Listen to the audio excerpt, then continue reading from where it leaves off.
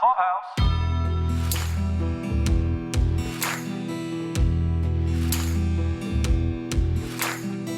This is Stef. This is Paul. And this is Sheila.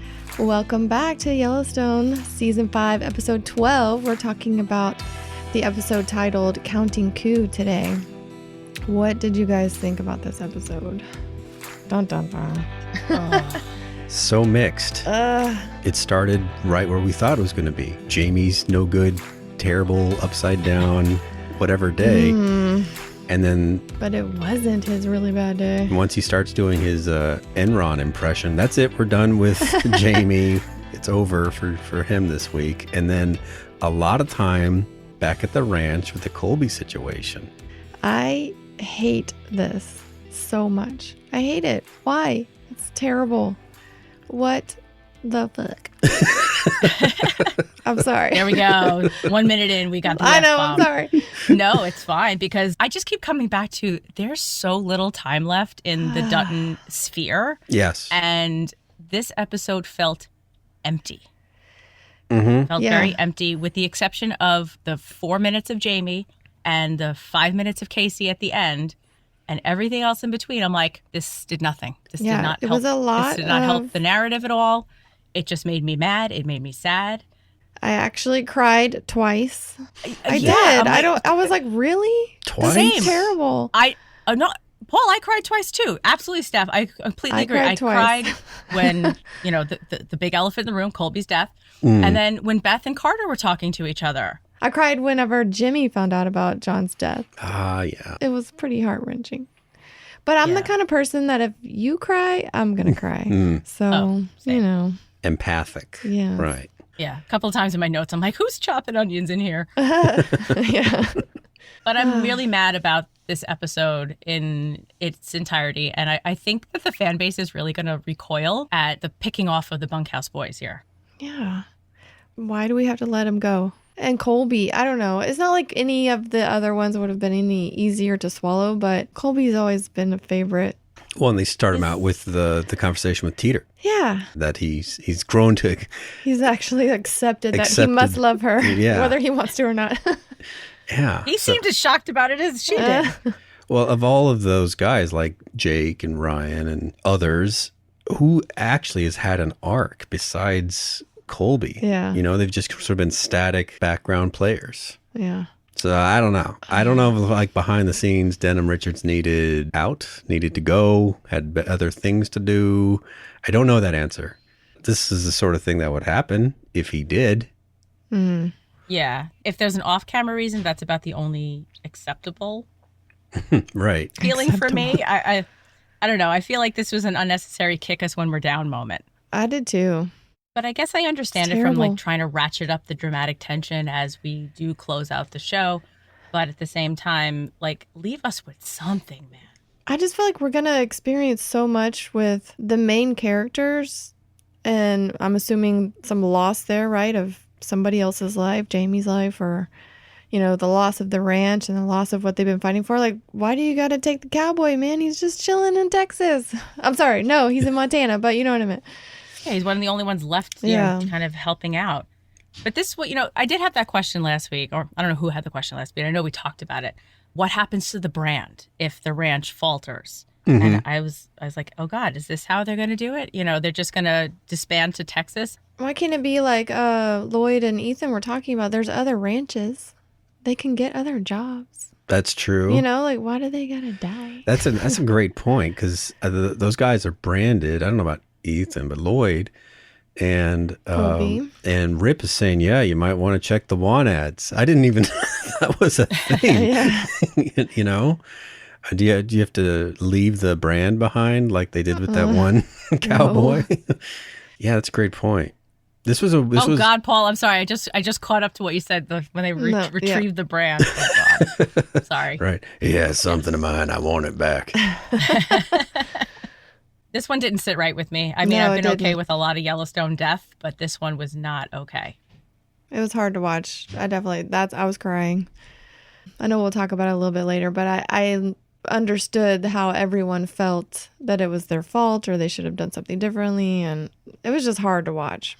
Counting Coup. Either of you ever hear of that terminology before? I had not, but conceptually, once I read the description of what it was, I'm pretty sure I've seen it in action. Yeah. No, I've never heard that term, but I actually wasn't sure if it was special ops term or Native American because it just sounded so specific. I was like, oh, this could be either. So when I looked it up, I was pleased to see that it was actually a Native American tradition going back within their, within the hundreds and hundreds of years of the tradition, knowing that it's where a warrior takes a greater risk in not killing their opponent, but they get close enough with their hands to strike their enemy. Then they record it on a coup stick. So they count their coups up the stick, and it's a symbol of how brave a warrior you are. That's really interesting.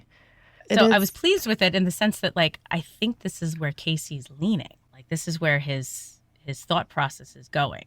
Just in terms of, like, where the storyline's going to end up, like what's going to happen to the ranch. It's in his son's hands, but he gets to help set the direction. So I feel like this is the direction. And he, for that scene that we'll address later, just as like a garnish, I suppose, is like, I assumed he was calling his bro, but he was calling his Mo to help him with his getaway. So yeah, that's in terms of like picking teams, picking sides, he picked Mo. Yeah. For an episode that I felt was so empty of progressing storyline, I was surprised that there was no mention of Clara or Linnell with the big seed that Linnell wanted to plant into Clara last episode. So no kidding.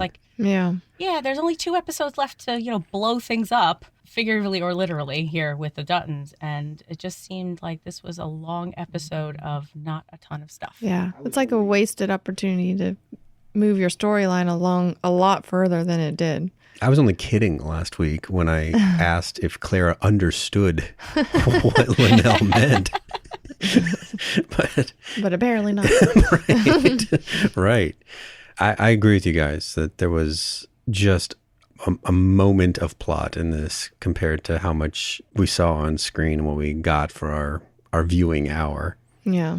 Before we move on to the meat and potatoes of the conversation, I did want to ask, Bella Hadid was in the credits. I'm sorry, I know this is like a sticking point. I know we talked about it in our little text message group. She's listed as Sadie. She's in between Grant and Kacey's special ops friend. But I scoured this episode twice. I did not see her. I'm wondering if maybe she got soccer game? Yeah. Maybe? Or I was going to say maybe she got cut to the editing floor. She just didn't make it in. Yeah, I didn't notice her, but I didn't know what to be looking for her. I wouldn't either. Yeah, well, I always look at the credits after the first watch just to see like who was who in the family zoo there. But I did see that, because, I like to look things up, that she's dating a professional horseman from Texas. And actually Friday night, so the 2 days before this episode airs, she was performing in a cutting competition in Fort Worth. Huh. Really? And the event was chaired by Taylor Sheridan's wife. Okay. Huh.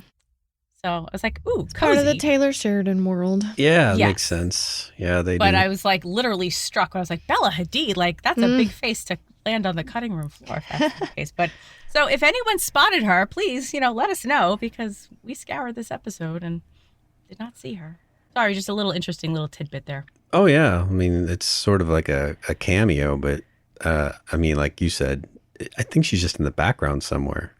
Yeah. I feel like she's going to be one of those soccer moms or something. I think so. Let's work our way kind of up from the bottom of least Dutton characters to most Dutton characters. That sounds good. And I was charmed, as usual, to see Jimmy's progression in the cowboy world. The idea that he had gone from just ranch hand to now he's breaking horses in the show universe. Even though, again, he's still out of his element, not quite good at it yet. He's coming along. I liked seeing all that, and especially his exchanges with all the other cowboys, them teasing him and all that. I don't know. I'm getting really tired of them calling him dumb. Like, it's just, that's enough.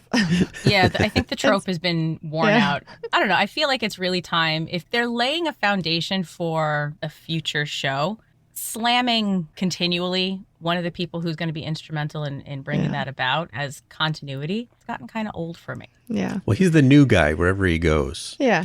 Now he's the new guy on the horse breaking team. Caroline and I are also watching Landman, and one of the main characters is also a new guy. So he's taking shit every time he goes to work. So maybe that's a Taylor Sheridan standby characters, the new guy. The new guy. Yeah. Maybe he's got to find himself some new blood to bring in so that he can, rip some shit on him. Yeah. Just to get it off of him. It's enough already. But yeah, I think as a character, it's impressive that he has come so far. Even that, even though they are giving him a hard time, he's, like you said, now part of the, cutting horses team and wanting to learn and wanting to become like Travis and be one of them. And so, felt a little bad for him when he's pleading for his job. Like, please don't fire me. I want to be one of you. And not realizing that the news of John coming was actually the reason for the take a walk. I know. Where his mind was going versus reality it was just sad to see his reaction. Yeah. Well, there's just no universe where John would be dead right then for him. Right. John's larger than life. Well, and he's been, the one guy who gave him a chance. Yep. Even in telling him that he needed to have his chance someplace else, he still gave him that chance. Yeah, he still sort of orchestrated that as well. Yeah. And, I think he owes a lot to John. And it was just really sad to watch him be so distraught. I kind of liked what Travis said, there's a little arena dust in your eye and the best way to get rid of that is outrun it. And I'm like, okay, me too. I got to keep moving. So I don't know. It was really touching to see him be that moved and upset. It was really sad. And it was really good acting on his part to make us feel that because I felt it. How about Rip with I don't have the heart to tell him? Oh, I don't know. I didn't have the heart to see Rip cry. I'm glad that was the path that was taken because it's going to come out of Rip somehow. And we almost had it this episode, but it's he was bubbling over. Mm-hmm. he was getting there. Still, he's feeling more emotions this season than, I'd say, this season because I keep forgetting that the part 1 was 2 years ago. So he's feeling feelings, and I feel like this is an unknown for Rip. Like these are things that other people experience. Right. Yeah. So you're making me feel feelings, man. Like I don't know what's worse, like Colby dying or Rip crying. No, well, maybe Colby dying is still pretty bad. Maybe unfortunately for Colby, it is a storytelling tool to ratchet up Rip. Here we are in this episode with Rip. He comes down and he's like, okay, guys, we need to sell kind of everything. Mm-hmm. Oh, yeah, like the fire sale is happening. Yeah, so my theory of the herd being the legacy, nah, dog. We gotta sell it. I was mad when that happened. I know. Was like, damn, we were onto such a good plot point. We're selling everything. Lloyd had a good point. Like, if we sell all the cows, do we need cowboys? Yeah. What are we going to do around here? But that thing that Stef brought up last week about, did Rip come up with that himself, or did Beth say, hey, you got to sell your livelihood? But he does. Whichever the case is, he does. He starts that process, which is a big deal to him. That's his whole life. Yeah. It kind of felt like a panic moment for him. Like, did he really talk to Beth about that? Because he's just like, okay, sell everything. And that seems like a reaction. I'm just making an assumption. Yeah. Like it felt like he just reacted and was like, we got to sell everything. But really, was that the right choice? I don't know, blah, blah, blah. I almost thought, did he even have the authority to just sell everything? I'm not sure. Right. So he does. He does describe himself as ranch manager, but we hadn't seen him actually talk to the ranch owners about that. So it just seemed like a knee-jerk reaction, but maybe not the wrong one, but it was still a big one. Yeah, huge. A couple days away from John's death, and now we have Colby's death. We might be just working Rip up to, that's true. A rabid, frothing animal of just, I don't know what to do with all these feelings I'm feeling kind of guy. Right. That's true. It's tough to be a whiskey glass in Montana these days, definitely. Just at the Dutton Ranch. Well, I don't know. Market equities at... oh, yeah. Yeah. She was hurling whiskey glasses too last... part 1. Yeah, that's true. But I had another thought about how, to rationalize Colby's death a little bit. You know how, like, I don't know if it's a tradition or superstition, whatever it comes down to, but you know how, deaths usually come in threes. They seem to, don't they?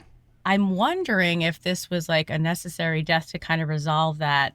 I don't know what you want to call requirement? it. Yeah, I guess, to kind of like settle everyone's nerves because, and I feel like you can argue like any number of the conclusions here, in terms of the three. Is it John Colby the horse, or is it John Colby and Sarah? But I feel like Sarah's kind of out in the cold on this one. I feel like it's the horse because it's within the realm of the ranch.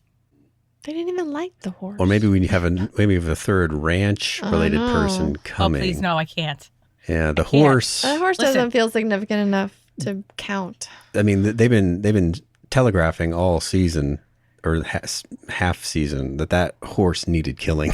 That he was a man-eater, and the only place for him was to go was Mexico. Get him like off get him south of the border. I don't know. I'm just going to leave that one hanging out there because there might be a third. There might be a third. There might be a third, an actual third. I was thinking about the Dutton threes, and I was just like, there needs to be like a resolution to this. If that feels too big now to have John and Colby, two characters who we've been with in various states for these 5 seasons. So Sarah's out of this. I don't think she's part of this 3, but I'm going to say that there's going to be one more. And I don't want it to be. Because listen, talk about chopping onions. When Ryan found out about Colby, I was like, I don't know if he's going to come back to the Yellowstone. Like, he might come back just to drop off the cows, but like, I feel like he can't come back now. Like, I feel like he's done. I feel like he's going to be done with the Yellowstone. I think the whole truck of cowboys, like you said, I think they're all pretty rough. I think they're all coming back. Now, whether they stay. That's what I mean. Yeah. I mean, we're gearing up to like a last stand of some kind. Oh, what? God. Then and I don't want to go back to that death and threes thing. Okay. Yeah, right. It's like I wish I wouldn't have said that. It's like a Transformers the movies reset. They just kill all the old characters and introduce a bunch of new ones for the new show. As I was saying, I was like, I don't know. Texas doesn't seem so bad down there for them. Right. All right. Before we move out of the bunkhouse, what did you guys think about how they shot and told the story of Teeter finding out about Colby? Was it better we didn't hear it? Yeah, I think so. She played it very super well. I mean, you think about, actors and actresses that you don't see very much for one reason or another. They don't get that much work, that much screen time, even though this one is the daughter of a super prominent TV star from the history of TV, and Westerns. And I'd never heard of her before Yellowstone. Oh, same. And here she takes this character with this insane accent and this insane personality and portrays the pathos of the agony that she is feeling in a very unique and plausible way for the character. I think she nailed it. I do too. I think she did great. Yeah, I feel like if we'd seen it on camera, I don't think we would have understood her with that accent, Paul. Yeah, exactly. I think just her physical reaction to it, seeing that and seeing her breaking down and then the truck, that's really what made you feel that reaction from her versus, like you're saying, Sheila, if we would have heard her saying, like, I really loved him, whatever, you'd be like, oh, okay. I thought it was a good way to tell that story. It was a great scene for her. She did a great job with that, but it was very heart-wrenching. It was very sad. Definitely, I don't know if I let the tears fall on that one, but they were there. I was like fanning my eyes, like, okay. It was bubbling up. As like it was with Rip. Yeah. But there's also like this acceptance of like, what do they say in mob movies? This is the life we chose. And she's there, with that mentality. And there's people not in that life. It's interesting to be able to see it work out that way, that it is like they just load up his body in the back of the big truck and just, I don't know. I was like, where are they taking him? Right. But that's the life they chose. They're cowboys. They don't have many belongings. They don't leave much trace behind except for the memories with their other cowboys, and then they're done. Rip even laments, like he fully expects to die doing his job at some point. Because that's just the life he chose. I did like the notion of, Lloyd making sure that Teeter gets his hat so that she has something to cling to. Because, Paul, what you said about not having a lot of worldly possessions and the things that then they do have become so much more significant, right? Yeah. Cowboy's boots, his saddle, his hat. the buckles that Jimmy has, accumulated from, the riding competitions he's won and things like that. That's akin to like heirloom jewelry and things like that are passed down, right? This is somebody's, most prized possession. So I think the fact that, they remembered Teeter in that moment for Colby, I thought that was a nice touch. Interesting that Beth was the kind of the Dutton HR rep. I know, right? Well, she did such a good job with it too. Yeah. Well, I'm sure she's been behind a lot of people's firings and get the hell out of here. But, the fact that she had experience, I think, in this realm and she's grown as a human in the last season and a half, I think that this was the right move for her. So like you said, Sheila, I think that, Beth, she did a really good job, like being compassionate and, human, like we like to say she's now becoming towards Lloyd. And then, she goes to find Carter. And I just felt like so heavy. I knew this was going to be like a really hard conversation. I thought it was super weird how she started that conversation. Oh, that area? Yeah. Yes, that's where I used to have teen sex. This is the room where I got pregnant. Okay, weirdo. That's awkward. It he was. Could have gone without that information. Right. He's like, okay. Like what am I supposed to do with that information? Sort of a mother figure to this kid. So, it's the closest he's got. It's like, ew, mom, gross. Basically, yeah. That's gross. But man, poor Carter. I just felt so bad for him. I mean, as a new kid on the block, right?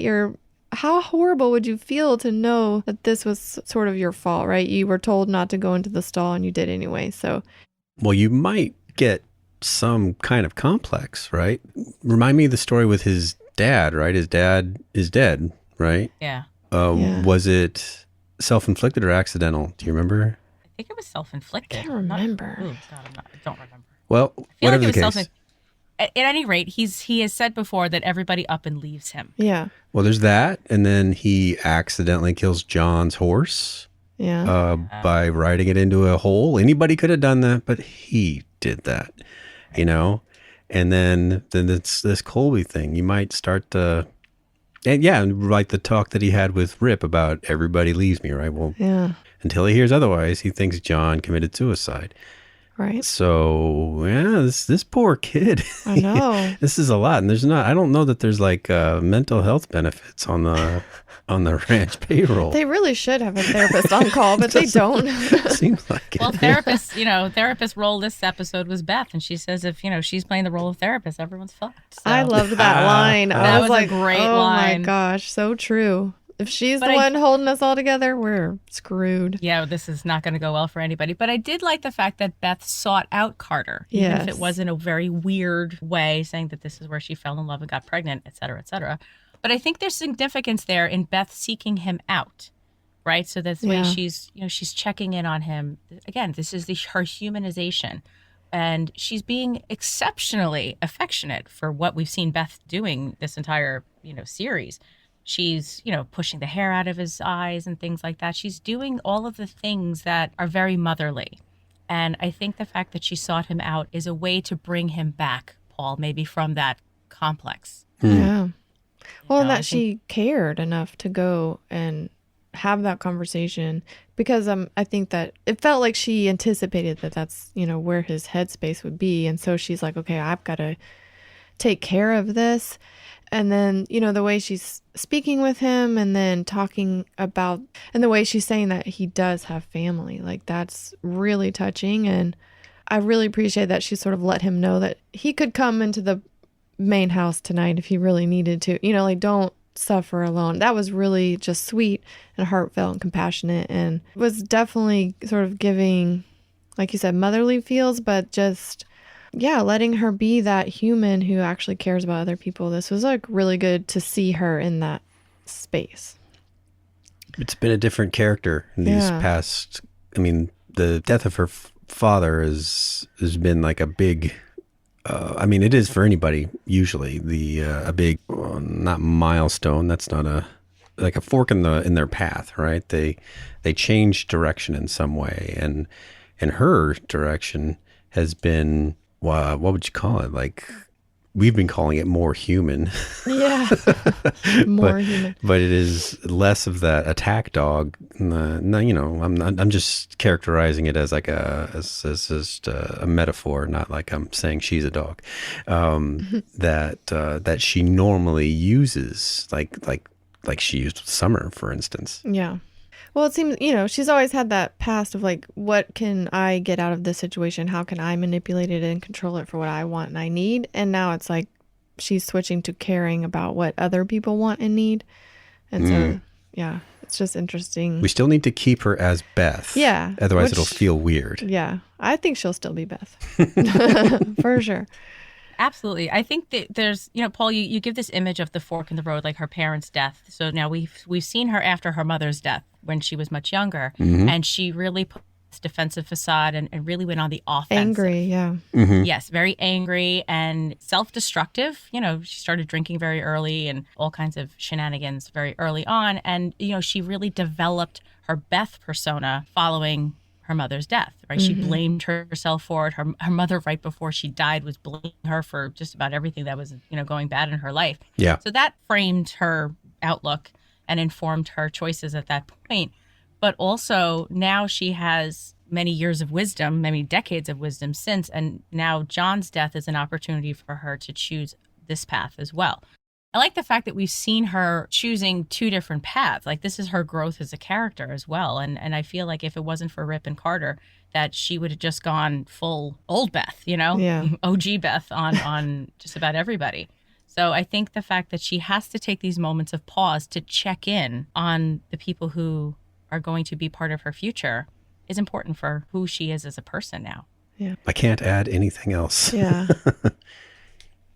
I love how she, then takes it to Rip and sort of knowing that that's where she needs to end up in her day, is like checking on him and being there for him, and knowing that when you feel like this, it's really satisfying to throw a whiskey glass in the fire and that it actually helps.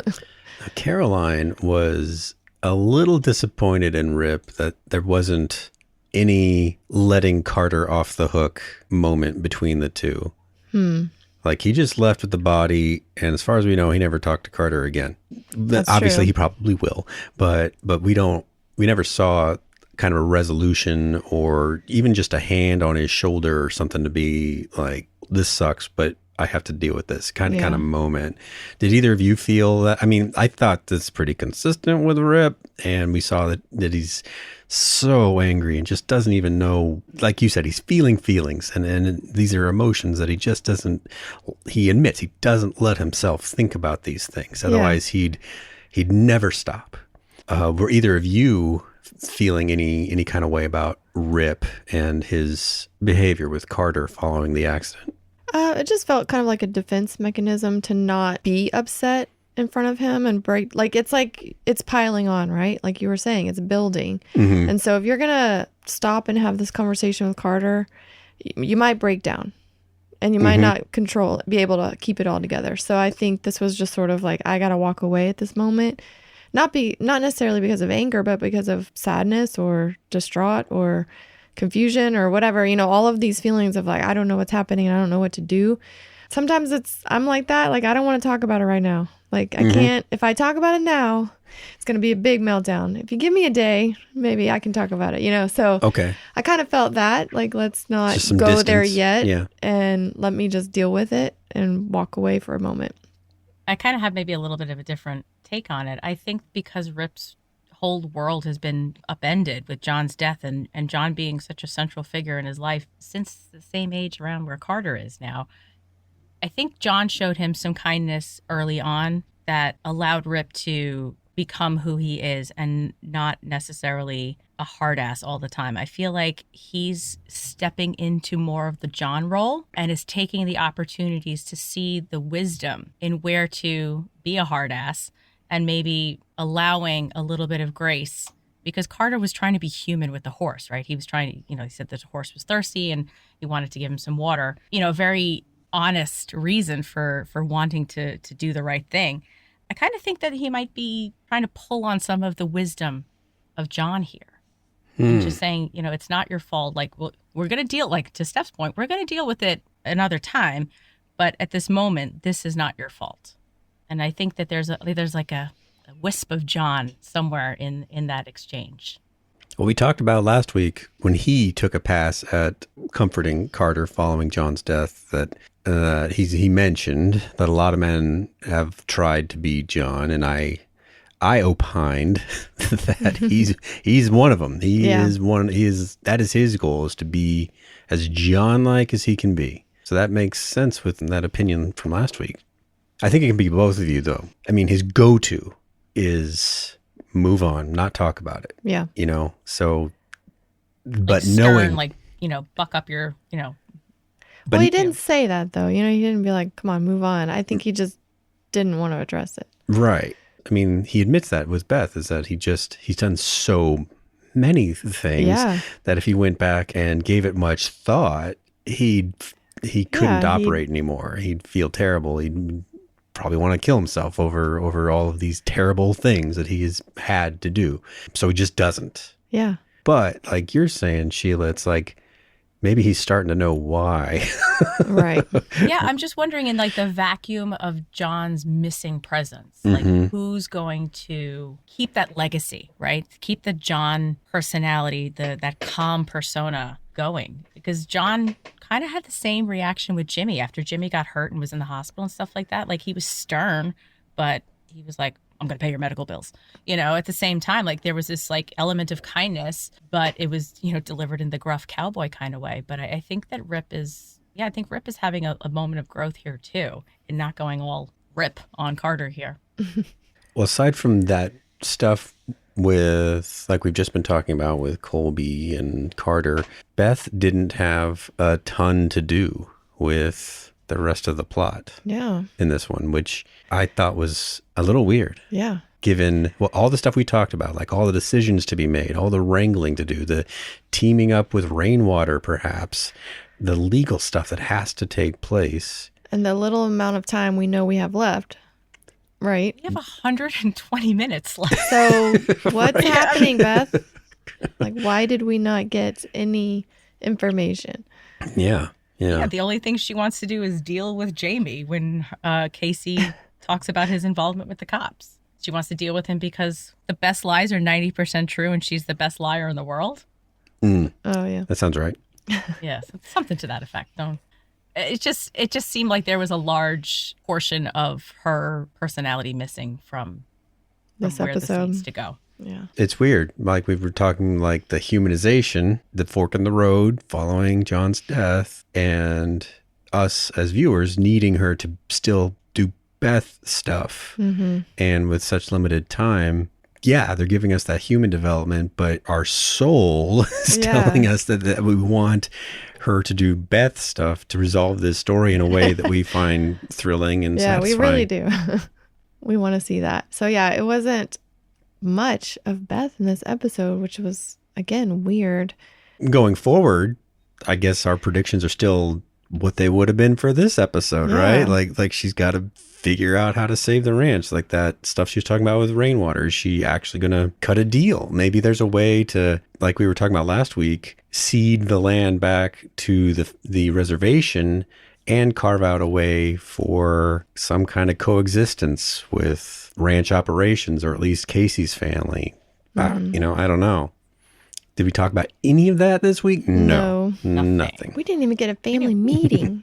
There was even no Rainwater this episode. I know. Nothing. I still think I'm going to hold out hope that Beth takes Jamie to the train station. I feel very strongly that hope. that well, no, I do, because I feel like I know we're so twisted when we come to this show. I know. It really turns all of my moral compasses upside down. But no, just in terms of like that being such a large plot point for her to find that out, for her to not utilize it, I feel like it would be really a waste of space.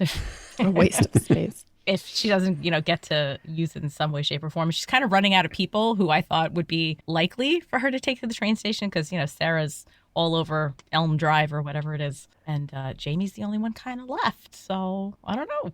Speaking of Elm Drive, did you notice in the previous episode a very pro move on behalf of the assassin? He got out of his car after shooting her and picked up all of his shells. He did? He did. I didn't see that. He picked up his shells. That's a pro move. That's gangsters don't do that. Gangsters don't do that. Right. This is someone that doesn't. Yes, they don't want to leave any way for you to know that they were there. Right. By finding out that you buy very exotic bullets from this seller that's only in Houston or whatever, and you can get back to them. Just a moment that might have been easily missed. But yeah, that's what he was doing. He was bending down and picking up stuff. Those were his shells. Was Jamie really believing that it was a carjacking, or was he trying to CYA? There's no way he believes it's a carjacking. Well, that's true, yeah, because he was on the phone. But he just, I don't know. AG he plays the sort of dumb, well, I don't know. She was what happened? I mean, carjackings could happen. I mean, I was about to say that he lives in a nice neighborhood, but that makes sense. I mean, the people that follow nicer vehicles just to ambush the owners, that's where they wind up, is in nice neighborhoods. So yeah, that's more affluent. Or was he being smart and just trying to play it off for the detective? You know what I mean? Well, a key word in this plot has been separation, which is something that Kacey brings up with Grant later. Layers of separation. And that is what Jamie is trying to build in between him and Sarah, even though they're like, hey, we need to go check out her shit upstairs. They're like, well, no. That's not her toothbrush next to my sink. Jamie's fighting a losing battle here because he's growing a spine at the wrong time, right? Because there's going to be a paper trail that leads Sarah back because Kacey sees on his phone that this New York attorney was carjacked, blah, blah, blah. The Dillard, Detective Dillard finds out Sarah's name. So there's going to be this paper trail that leads back to Sarah checking into Jamie's office. She's going to be on security cameras. Speaking of security cameras, I'm going to put a pinhole in the fact that we still haven't seen anything with the livestock commissioner and the video footage from last episode. That was a really good nugget to follow. But there's going to be this paper trail that leads back to Jamie was seen at the club with Sarah. Well, there's no way to hide that. I mean, they've been hanging out for however, weeks at least, right? So, but the fact that he's emphatically saying it was just a personal relationship, that she, didn't know who she was and all the rest of it. He's leaving out big thing that the cops are going to be able to prove. She worked for Market Equities, or she was hired by them if she doesn't work for them directly. And he's going to be caught out so badly. And I don't know if he's trying to buy himself time to do something, escape. I don't know what his end game is, but I mean, this is the wrong time for him to grow a spine. And he doesn't even know what he doesn't know. Yeah. The detective and Kacey had already talked about that the person that paid for it is going to get killed. She just got killed. Yep. Now the detective is figuring out the layers of complicity existing between the AG's office, Jamie, and Market Equities and these schemes, and it's just too close for him to ignore. Yeah. What made me wonder, what was the nature of the agreements on those documents that were being shredded that were even more damning than the publicly known. I mean, all those agreements between Market Equities and the state, I think, are a matter of public record, right? I was wondering why he was shredding them. What could you possibly have written down? Unless there's some other kinds of agreement between him that would make it even I didn't think he was doing. Or he just didn't want them to be in his home.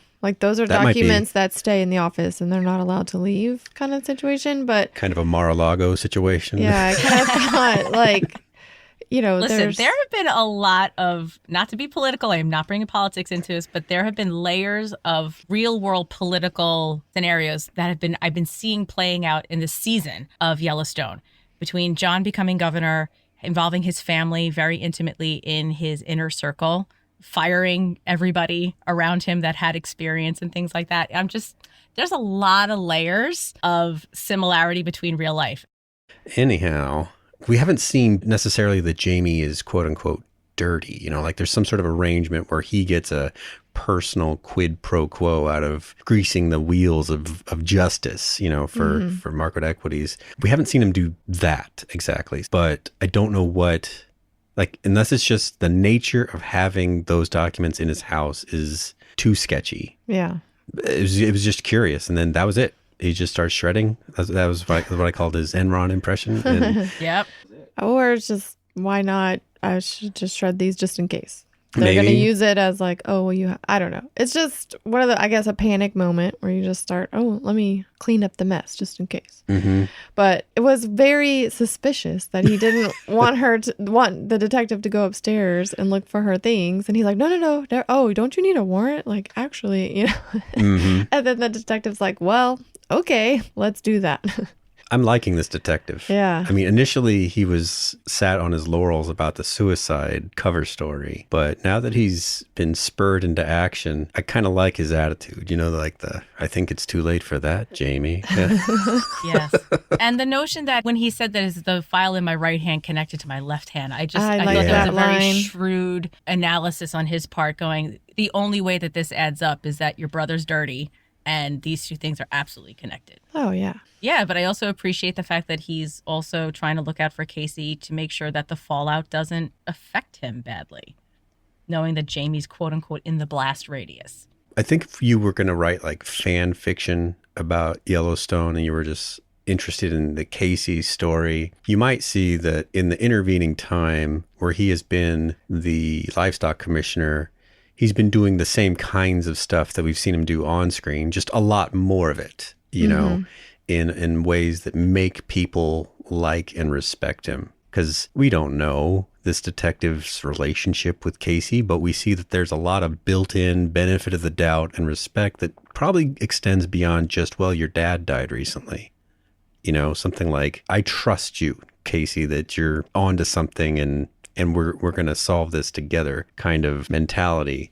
The fan fiction idea is just like Kacey, you know, saving someone else's herd or whatever. But he's just been doing that consistently off camera in a way that has been building rapport with everybody. Yeah, just a thought. No, that's a great assessment of just how Kacey's reluctance to be a part of anything in the Dutton sphere has really benefited him now when it really, really matters. He's built up, like you said, this rapport with law enforcement, with different entities, and he still has this like shadowy past that he still is very much in touch with. Yes. Yes. Yeah. But I scary. did let out a big sigh of relief, Paul, when it found out that Kacey's special ops contact was not part of the job. That was, yes, yeah. I was very relieved because it just was like, that was just like a wrinkle I did not need to have tied up with all of the other things that need to be tied up. Maybe if there was like, 10 more episodes, you could make that work. Right. But he just needed help. Yeah. And this is the right guy to give him that help. So I guess, we're to Kacey, man. Let's see, there were two parts with Kacey, right? The graveyard stuff and then the big scene. The most exciting scene. So what do you guys want to talk about with that graveyard? Man, I'm just wondering what about that conversation with Tate gave him the clarity to know now what it is that he has to do and what his path is. They were talking about burying Kacey. Well, it started out with burying John, and he wanted Tate. Did he want Tate to pick the spot for John? Did you get that? No, I didn't get that. Well, the way that they pick spots it just sort of occurs to one of them. And that's the spot. And right, like for Lee, for instance. It wasn't like planned out and written down somewhere. Well, and I think that's how James chose the spot for his daughter in 1883 was very similar to like, he was just holding her, leaning up against a tree and was like, okay, right over there. Yeah. That's basically where it all started. So there's not a dowsing rod or something that they use to pick spots.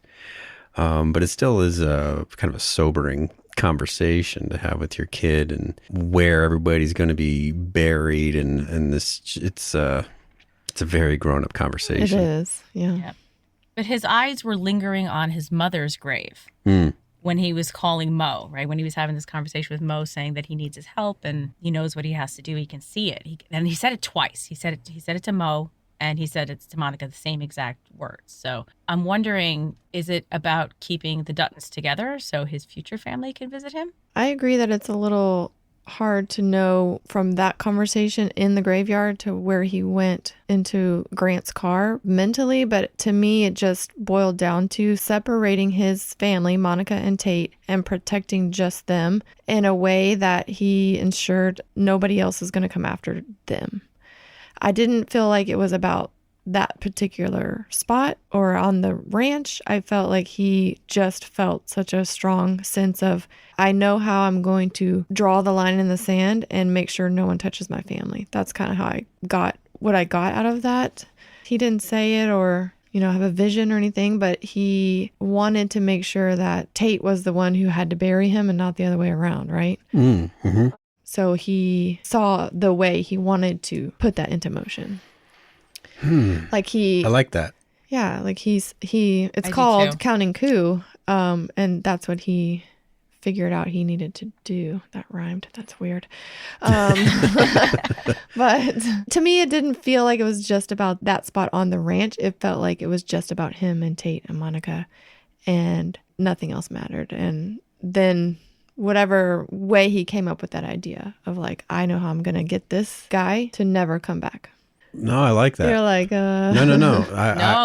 It's a lot. Really it's good. hard to figure out exactly what is going on in this scene. But I think if you're going to scare somebody and let them know that you have a way to get to them and then say, listen, I'm going to get to you before you get to me, so you might as well back off now. And the guy's like, yep, we're good. That's what needed to happen for Kacey. I don't think he cares about anything else in terms of the actual land, or I think he just needed to retaliate in a way that felt final. I have this question lower down in the outline, but when he said to Grant about taking further action against his family, the closest member of his family to the whole fiasco is Jamie. Do you think he was covering Jamie too? I don't think so. I think Jamie, he said it earlier on that it wasn't surprising to him that Jamie's collaterally involved.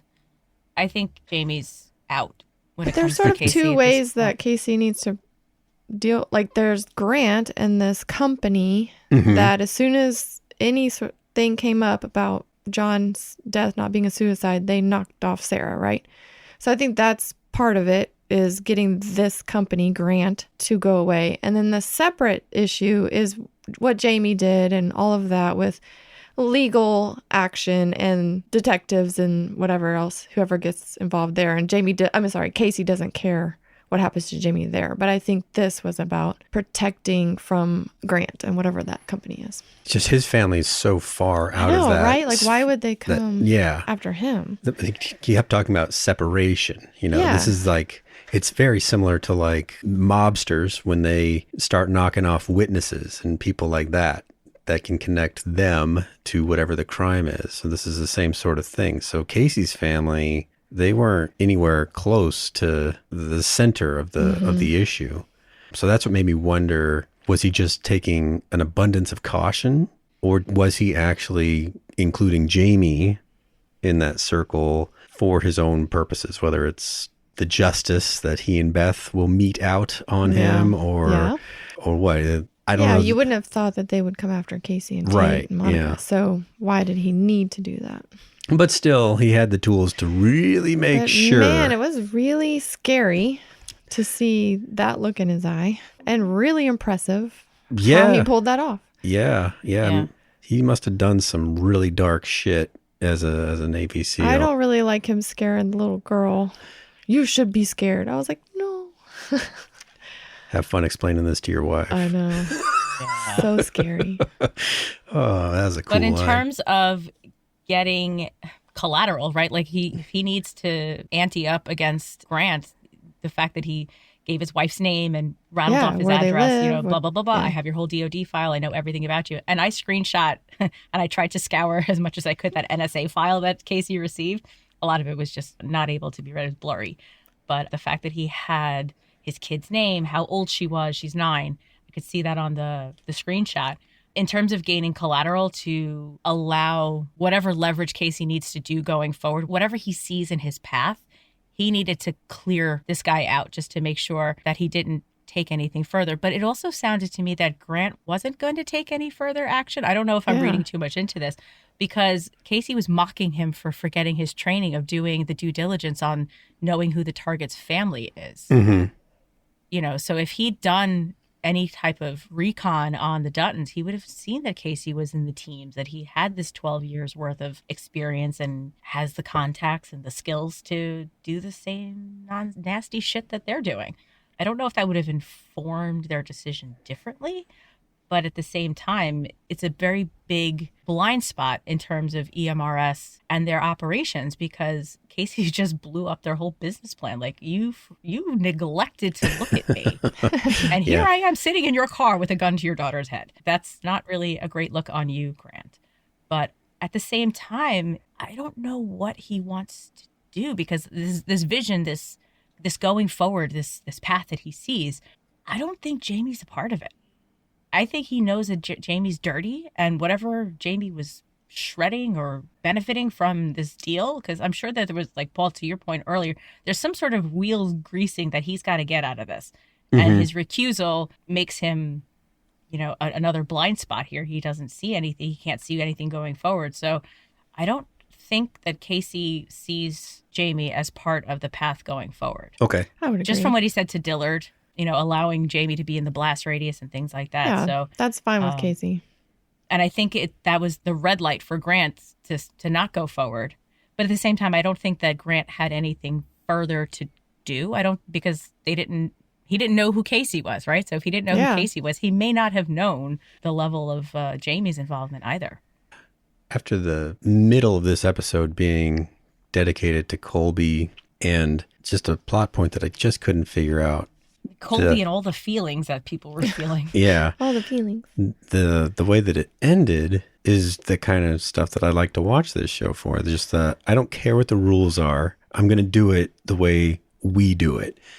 And going back to his short conversation with Monica, Stef, you've been saying that Monica doesn't quite agree with Killbot mode. But in this case, I mean, he's not going to stop. He's not going to, oh, sorry, I'll just unpack my kill bag. My kill bag. Oh, my gosh.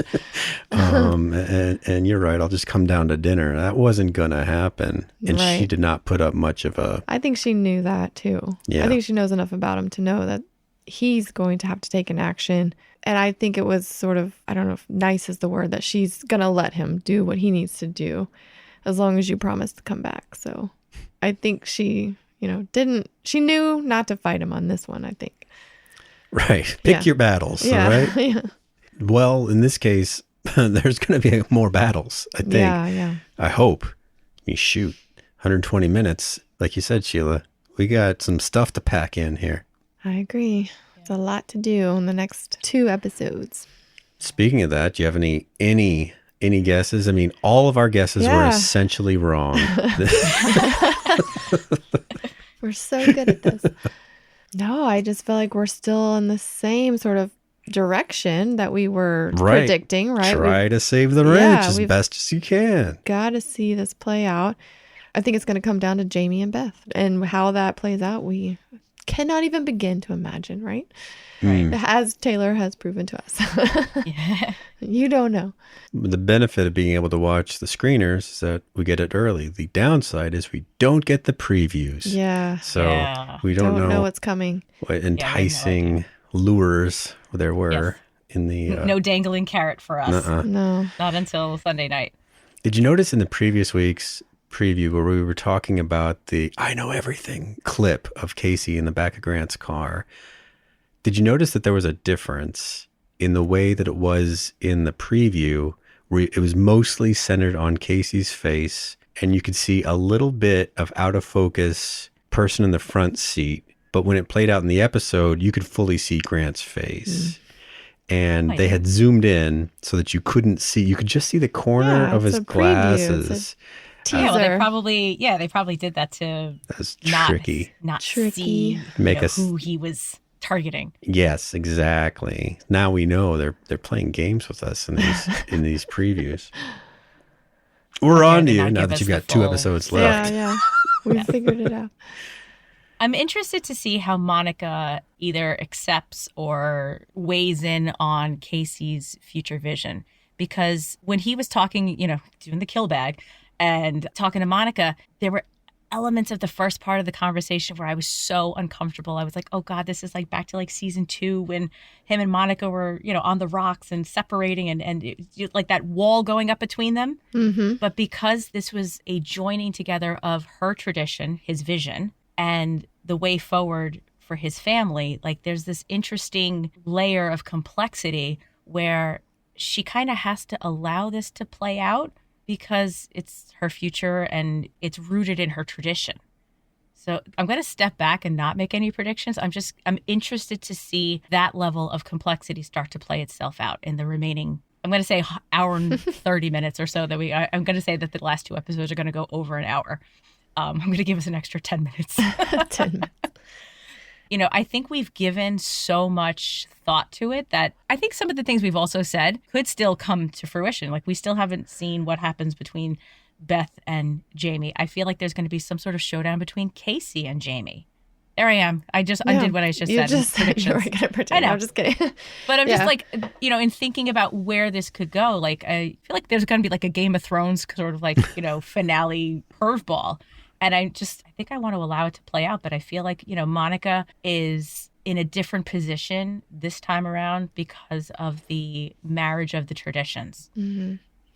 I don't think she's going to put up a fight for this, like to keep him from doing this. Whereas I think before she'd say, don't go, like, don't do this, like stay for us. I think she's understanding Kacey now and understanding where they are with his family, that she's got to let this happen.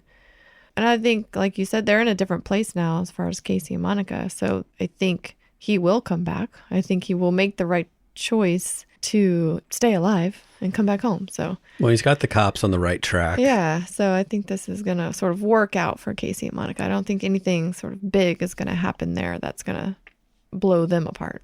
Maybe with setting the cops on to Jamie, he's trying to spare Beth from... That's true. She probably needs to be spared from whatever it is she's about to do. Maybe. I mean, that's a big decision to make for her. And she's had other big life decisions made for her that she does not appreciate. She resents.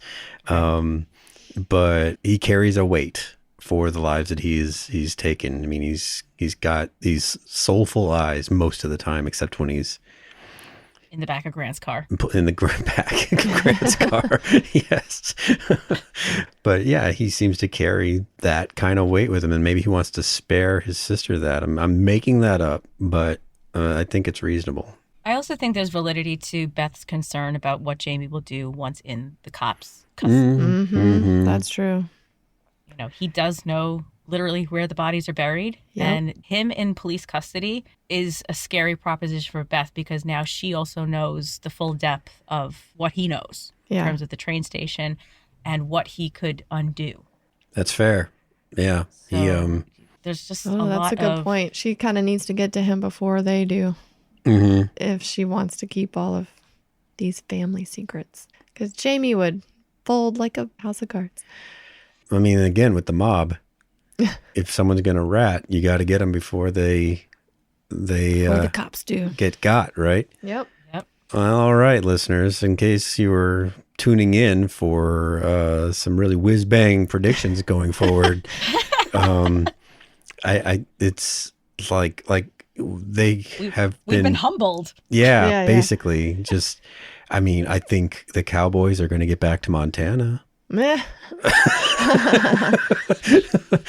Do you think we see John's funeral? Is there a need for that, or do we don't have enough time closure for it anymore? Right? But did we have enough closure with him seeing how he actually died? Do we need to see a funeral? I think we'll see something. Did you guys watch This Is Us? Yes, but not really. Okay. Well, there's a character that dies, and it is. Yes, I know. Yeah, I know about the death. And eventually, they reach the point in the story, because they tell it kind of in two directions, right? They eventually get to his funeral, and it is kind of a non-event. It is something that plays out in a series of like montage shots that don't create a start to finish, this was the funeral kind of experience. It's more like set to music.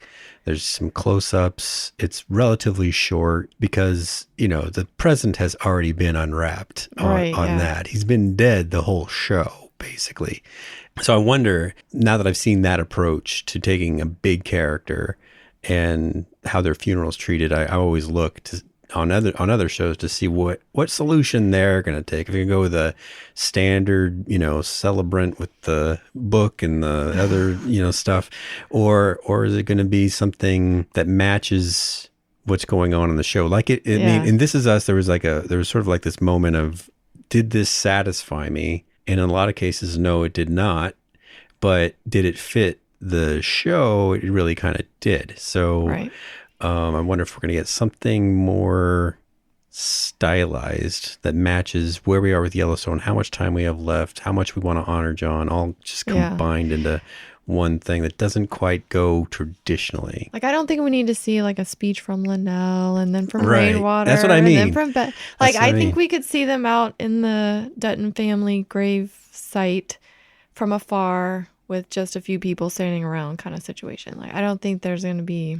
I don't know. He was the governor, though. But he's no Princess Diana, so it's fine.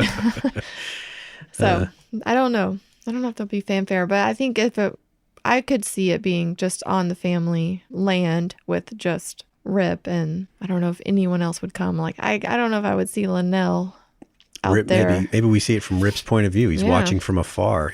I could see him standing. He approaches after everyone's walked away, and he fills the hole himself, or something. Oh, gosh. Something, something that would be very Rip-like. I mean, because there would be tears from Beth. There will be all this other kind of stuff that you might expect. But like we've been talking about with Rip, this whole podcast is the guy just doesn't do angst and sadness. It's like his wires are going to fuse if you give him too much of this stuff. He'll self-combust. Kinda. Yeah. I would agree. It does give an opportunity for a showdown, though, if Jamie shows up. Oh, yeah. It's his kind of right as an adopted son, but man, there couldn't be a less welcome person. Right? Like, what's that smell? Oh, my God. So uninvited. That's all I got this week. Yeah, thanks for chatting today, guys. This is, like always, a very interesting conversation. For an episode that didn't have an awful lot. Wow. I know we say that every time, though. Well, I mean, we start peeling back it's a lot of layers in the onion. Oh my gosh, Sheila. I just said the same thing. All right. Well, thanks, guys. It's great to talk to you again. Thank you guys for listening. We really appreciate it. We hope that you like and share and comment and, spread the pod Clubhouse Yellowstone love. So until next time, this is Stef. This is Paul. And this is Sheila. If you like this podcast, please remember to rate, review, and subscribe to it, just like Stef asked you to in her sweet little voice. But I am asking you in my deep, gruff voice. More demanding. Yes. On iTunes, leave us a comment. Let us know how we're doing. And that helps other people find the podcast so they can enjoy it as well. Thanks a lot. Thank you for listening. This has been an original Pod Clubhouse production. Pod Clubhouse is a podcast network dedicated to encouraging collaboration among podcasters and friends to bring a fresh voice and diverse perspective on a wide array of content. Please visit and leave a comment for us at podclubhouse.com. Rate, review, and subscribe to our podcast feeds on Apple Podcasts. Follow us on Twitter, Instagram, and Facebook. You can find us at Pod Clubhouse. Our DMs are always open, and we'd love to hear from you. Pod Clubhouse.